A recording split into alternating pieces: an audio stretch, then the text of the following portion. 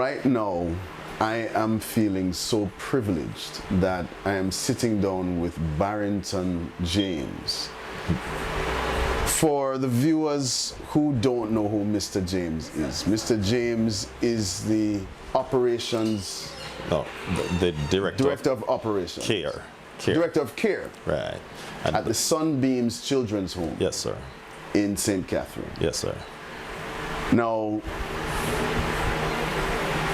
you're not going to understand how important that title is until we get into what that title does.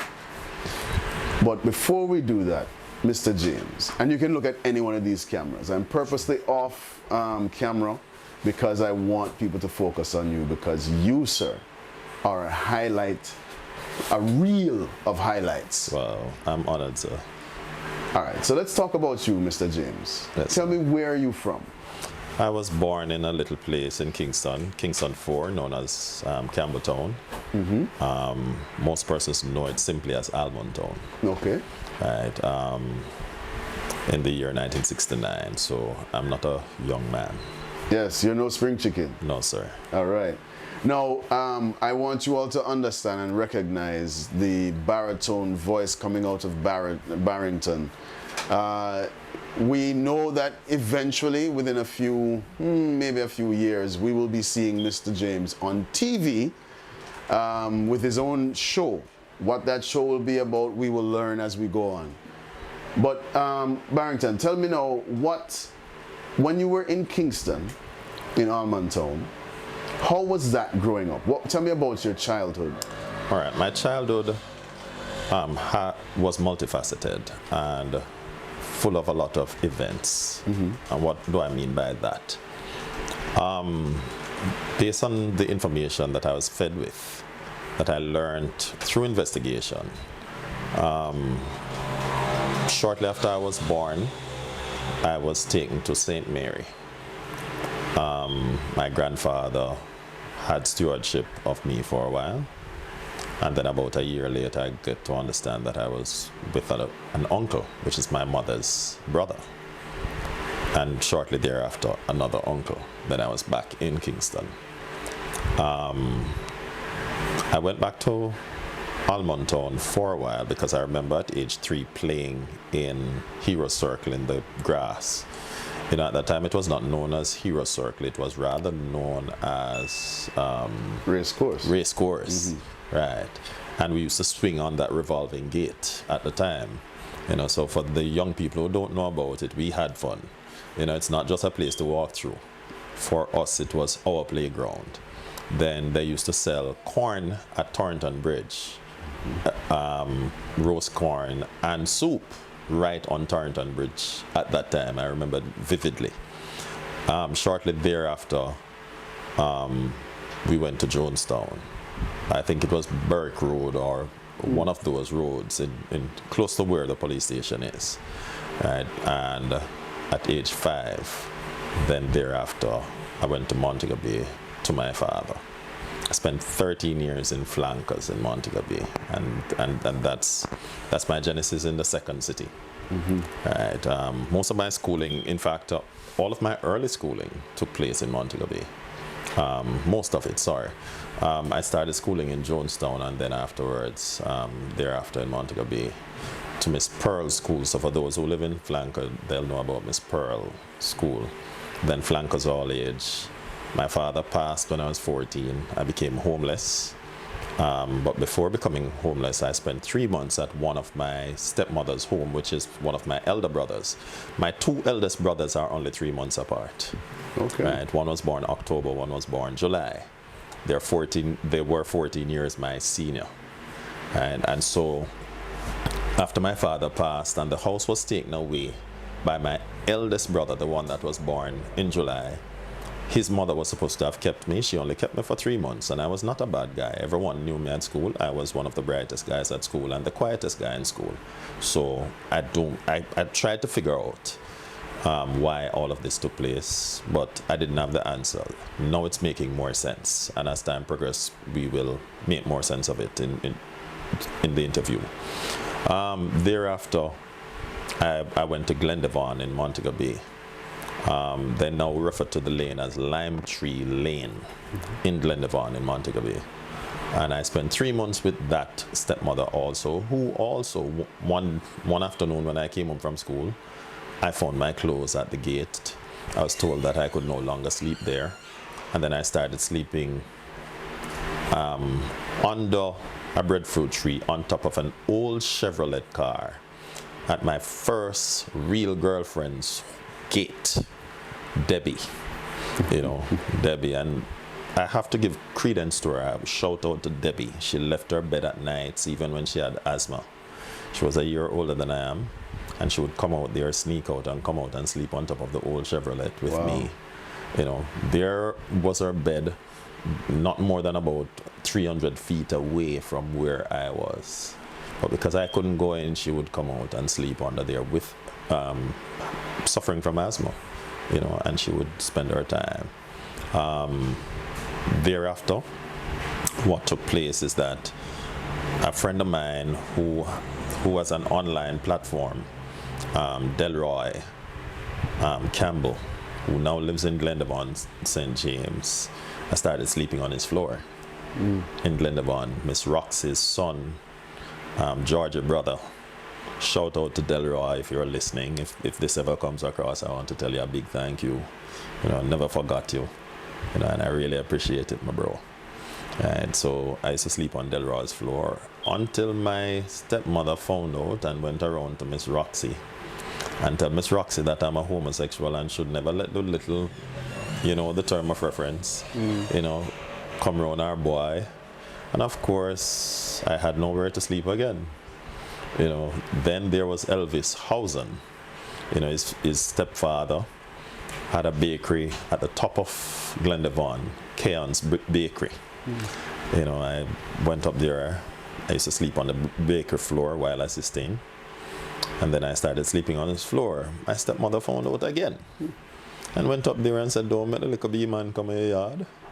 And by then I became homeless. So I jokingly say to persons, but it's quite serious, that I knew what time everyone went to bed at night, because their veranda, the unfinished building, the old building, they were all my beds. Right? I knew how to climb a fence and to go and sleep in an unfinished building because I didn't have a choice. And occasionally I would sleep. There was an old gas station close to the old Bay Rock Hotel in White House, Montego Bay, the very first Sandals in Jamaica, which I worked on. Proudly say I worked on that as a 14-year-old, construction site. I used to sleep behind that gas station, under the boats there. And then there was an island a little way out where there was a mangrove. I would swim across from the shore into the mangroves. And you have never felt cold like that until you sleep at the seaside. Part of my meal growing up was to scale 20-30 pounds of fishes for the fishermen who would do their fishing and come in with their draught. And my payment, unfortunately at the time, but fortunately now because of the lessons I've learned, was one fish with the gill broken, if any was left over. And you have never tasted fish so good until you have roasted it on the on the fire at the seaside and dipped it in salt water. For those who have never had such a beautiful experience, you need to try it.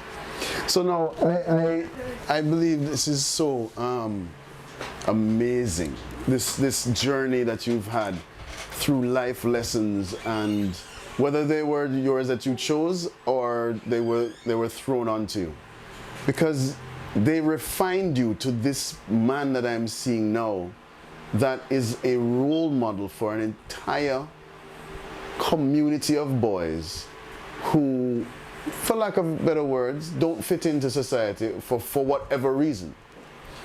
And they're being guided by you, who has been there and done that. I wouldn't say it's me alone. It's a team of us, beginning with the superintendent, myself next, Then you have the office manager next door, Mrs. Whiteley, Natalie Whiteley. Mr. Cross, whom you saw earlier. He's our in-house social worker. And all the caregivers. And not just the caregivers, the kitchen staff who cook very delicious meals. Mrs. Brand, Mrs. Tomlinson. Then you have Mrs. Pennant, who does the laundry for the young men, and Lucky, who's a bit of everything. And also Shani, I can't forget her. She's our queen of the farm here. You know, Lucky not only slaughters the animals, but he keeps the premises pretty clean, right? And we really are grateful for all that is being done. And a man is only as good, or a leader is only as good as the team that he leads, right? And the team is only as good as who leads them. So it's a symbiotic relationship. I love it. You know, I'm glad that you gave your answer in that way, because it is important that the boys that are around you are hearing this, they're seeing it demonstrated, and they're seeing how normal it is. And what you have just basically demonstrated with your words is that it is just the normal way that you think. It's the normal way that your team works. Because each of you have an assignment, has a concentration for each one of these boys. Because you know, as children, they're going to compartmentalize what they experience. Yes, sir. And each one of you, it sounds like each one of you touches the different senses of each of these boys. Of course, of course. And I think that is just amazing. Thank you, sir. You know, I've had a pretty, what persons would probably call a very rough life. And it was indeed very rough. When I was younger, I, at one point in time, became very suicidal. And it wasn't for any long period of time. It was very short, a very short window, because not growing up with your mother can leave a huge, well, not just mother, any parent who is missing from your life leaves a void. I'm 52 years old. I've never had that kind of a relationship with my mother. I do not celebrate Mother's Day to this day. And it's not that I don't want to, it's just that it brings too much pain. And so part of my mission, part of my journey in being here, it's not about money. It's really not about money. I couldn't be paid to do this job. I really could not be paid to do this job. I'm a professional painter. Oh. Yes, I can close my eyes and paint. Right, I can paint any building. I once owned a business, Beautiful Homes Painters and Decorators. That was my business. Right, and I'm not the kind of leader who leaves the work to my workers. I get involved. And I thank God for my socialization and the experiences I've had, because I've done a lot of jobs. I've been a security guard for 2 years, protection and security when it existed. I've worked on construction site as a laborer. I've worked at St. James's Bakery and Keon's Bakery. I have worked as a cook in a restaurant. I've worked as a person who roasted peanuts. You know, I used to push cart from Flanker. You remember those food carts with the glass case on it? Oh yes, absolutely. Right, from Flanker down to Bottom Road. Now it has a fancy name, Dead End, but we know it as Bottom Road. Right? And I've done that and much, much more. Almost every odd job that you can think of. I once, or twice in my life, I tried learning tailoring. So, you know. so let me ask you this, Mr. James. With all of that experience that you've had, being a role model became natural, because I mean, you take this eclectic experiencing that you've had over your life, and you've turned it into who you are now. And basically, all those experiences taught you how to be this person you are now. Now, what I have noticed though, in talking with you, is that what you're doing now is not practice, it's natural. Yes, sir. And that speaks volumes, not about just you, but what I see is the volumes that it speaks about the youngsters that watch you. Well, I would hope that they will learn through my experiences, and that they will become better men and women and be prepared for the future. As I mentioned earlier, that I have a class as part of our program here. I have a class to teach. I mean, even if we go over a little, that's okay. And I'll be teaching them about practical stuff, you know, and part of that journey involves preparing them for the real world. Because remember, they are in an incubated environment. Everything is provided for them. The food, clothing, may not be the kind of clothing they want. It may not even be the food that they want when they want it. A place to sleep. Their education is being provided for. We seek donations. We get a little bit of subvention from the government, and we seek donation between the superintendent as well as myself. Plus, you have a lot of walk-ins. Well, not a lot, but fair enough walk-ins who provide some form of assistance to us. The small man, corporate Jamaica, doesn't do anything, unfortunately. Right? And so, with that kind of shelter, you know, an incubation being provided for them, they, if they're not told about the realities of what can be out there, they will have a false sense of security, right? In addition to that, not just being told, but being taught how to survive. And part of that survival process is that we teach them practical stuff. Yesterday, I had an English class that I taught with some of the older guys because I'm trying to prepare them for exam. In addition to that, we also have another class, which we can get into a little later. But we will have that class, the one that I'm talking about now, the specific one, painting class a little later today, and then later on this week we should be having a class dealing with woodwork, because I can do woodwork too. The bookcase in my house, I made it from scratch. Mr. James, hold on.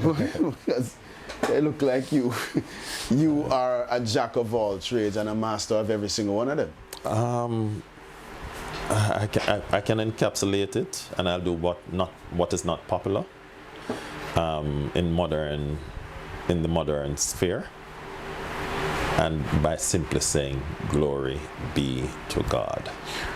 Now, let's pause there for a minute, because at Sunbeam was started by Mr. Lou, Pastor Lou, right, who by reading the cross and the switchblade, right, decided he's going to create a home for boys based on Christian principles. Right. That was back in the 70s, 1976. 76, okay. Yes, sir. And over the years, the home has maintained that Christian focus, or has it become more traditional? It has. In fact, part of the schedule that we have, even for this week, see, this, it says praise team, right here, right? Prayer, praise team, right? So we stick very closer to the Lord Jesus Christ, because all that we can, we're not perfect beings. We have lots of faults. I mean, we go outside of the will of God, like anybody else. But we also recognize that our success and our provision, it's all because of the Lord Jesus Christ and nobody else. Right? We don't have perfect people here, but one thing is certain, is that we have people who understand the value of making Jesus Christ a part of our lives. Okay.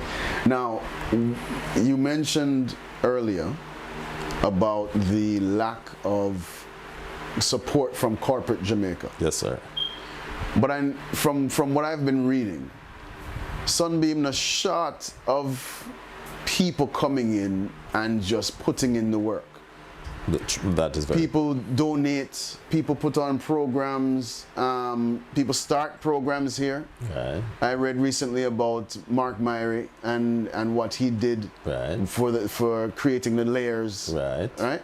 I learned about Mr. Whiteley had some information on his site, on his page, about a group that came and gave a lot of sanitation things. Right. Right.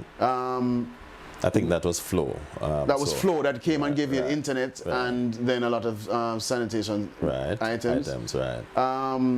EHAS came recently. Very recently, about 3 weeks ago or about a month ago. Right. Now let me ask you, why is Sunbeam like the go-to place for all this support? I think Sunbeam, I don't know if we're the go-to, but I believe that more and more persons are recognizing that their investment is safe with us. Mm-hmm. And what I mean, I'm not just even speaking from a position of finances in terms of the money not being spent wisely, but investing in the lives of these young men who are here.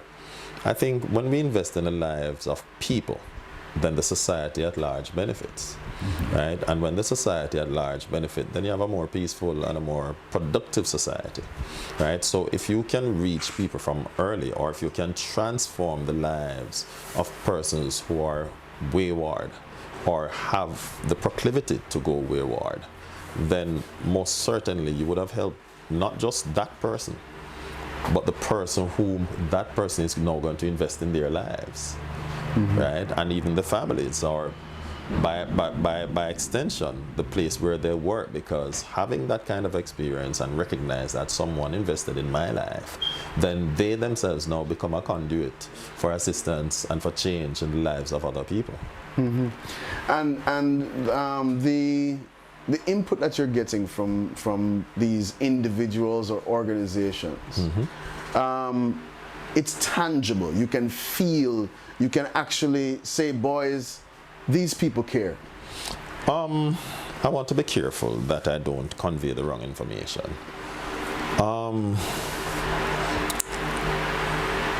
In terms of sheer size, whenever an organization steps in, which is not as often as we would like to, the size is much larger than an individual. But if we were to measure it in percentages, the individual would have given a lot more. Mm-hmm. Because a lot of the small persons who give, they're giving out of their meager means. Mm-hmm. These organizations, they're giving out of surplus, mm-hmm. right? And whilst we are grateful, we believe that for a society that wrestles with violence and high crime rate, I think it is, and I think it would be very useful and very wise of corporate Jamaica to consider not just Sunbeam, but all the other homes that caters to the needs of and invest in the lives of people, young people in general, because you can't lose. Let me give you an example. Right here at Sunbeam, we have a full-time teacher, mm-hmm. that teaches them. So for those who cannot go, they are not attached to a particular school, or they may be slow learners, the teacher is here until 2:30 every single day, Monday to Friday. Nice. Right? After that, we have an aftercare, as it were, because we have the younger ones up to age 12 separated from the larger one, and we attend to them separate and apart. Mm-hmm. Right? So then the older ones now are engaged in either recreation or additional academic activities, which now engage their minds. When you're dealing with boys in particular, where there's so much testosterone at work, you have to understand, I think Jamaica needs to understand, and the world at large needs to understand, that when a boy is unoccupied, he's going to find something to do, mm-hmm. whether it be productive or unproductive, right? Mm-hmm. And so when people sit on the sidelines and complain about the society, the best way to change the society is to get involved. Yeah, I agree with that. Now, we only have a short time. Yes, sir. But, Mr. James, you have inspired me to even polish what I do, to make sure it is something that someone else can look at and say, I want to do that. Because the actions that you take every day is doing that for these boys here. The 40 something boys here? 41. 41 boys. Yes, sir. And in today's society, the importance of a male role model is paramount. Definitely. And I thank you for being that real male role model. And I'm not saying you're an island, because you've already expressed that who you are is based on what you have experienced and the team that supports you. I love that. How is it that people can now give to Sunbeam? How can they augment all of the work that you're doing to make your work more effective with these boys? All right. There are a number of ways by which they can contribute to the function of Sunbeams and other homes. You know, we don't want to be selfish, but in particularly for Sunbeam, we take cash donations. We because it's all males, then clothing that are in good condition, we accept them. And when I say good condition, I'm not saying that they're not worn. They could already have been used, but they must be in good condition. So in addition to our own guidelines, CPFSA, which is the governing agency, Child Protection and Family Service Agency, also have guidelines as to what we should accept and what we shouldn't accept, right? So that in the form of clothing, particularly underwears, deodorant, personal items and stuff like that. We take food donation also. You can also walk in and give your contributions, whether it be cash, checks, even CDs, you know, whatever you can give, we receive. You can never give too much meat. When I said meat, saltfish, yes, stuff like that, things that are not immediately perishable. For corporate Jamaica, a lot of corporate Jamaica has factories. You know, 3-4 bags of rice, you know, per month. You know, our light bill is humongous. It's close to $200,000 on a monthly basis just for light bill alone. You know, JPS probably could consider doing something not just for Sunbeam, but because we're talking about Sunbeam now, you know, to reduce the impact on Sunbeam and all the other homes, right? Do something. I'm appealing. I'm using this medium to appeal, to say we would greatly appreciate it. It's not Sunbeam per se, but Sunbeam is the agency by which is utilized by God and by us as humans to transform the lives of these people, these young people, and by extension the same society, because you never know. One of these young men may end up being the CEO of JPS or one of these places later on in life.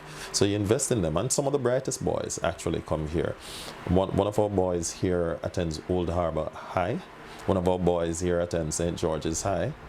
You know, and currently two of our boys, past boys, are now doing actuarial studies. Beautiful. You know, and they both got scholarships. Nice. So we don't have slouches here. Right. You know, and we just recently had a young man in December that left here. He got 9 subjects, right? Nice. And another one left here June last year. He got 9 subjects also. So we have some brilliant minds that pass through the institution. They may not have had the access to their parents as the rest of society would, and even they themselves would want to. But they're not lacking in abilities. Do something to ensure that their dreams are realized also. Cool. Thank you very much for that. Now, what is the? I'll be putting the phone number and email address or way of contacting the school on the video. So if you could just tell me the phone number, the email address, and any social media handles for the school. I think it's Sunbeam Brothers at yahoo.com. And the school, the acronym is SEAL. Is? SEAL, S-E-A-L. Okay. My number is 324-7768 if you need to reach me. Okay. And then I'll filter you on, but you can always reach me at that number. Okay. 324-7768 or 793-3742. In fact, I prefer 793-3742. Okay. All right. Excellent. Thank you so much, sir. You're most welcome, sir. The pleasure is all mine. On camera. I really appreciate the time that you took to sit with Good News Jamaica. Thank you, sir. Thank you for sharing the good news. Absolutely, without a doubt. It's what we love to do. It's what we're here on this earth to do. Yes, sir. So you will be seeing some more of us because we've adopted your school. So when you need media coverage, please let us know. Thank you, sir. We are highly appreciative. And I just want to give a big shout out to Cornell Bunting and his team from EHAS. We met them. They have made a couple of promises and they have taken us on. And so a big shout out to Cornell and his team. Even Andre Simpson.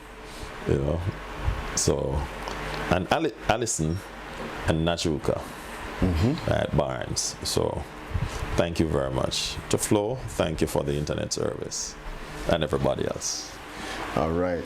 Thank you so much for meeting with us. Have a good day and enjoy your class, which starts now. Thank you, sir. I appreciate it. All right. Blessings.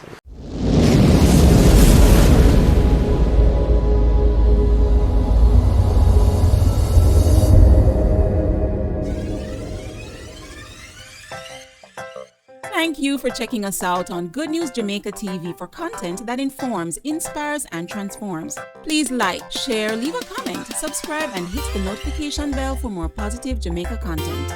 Walk good.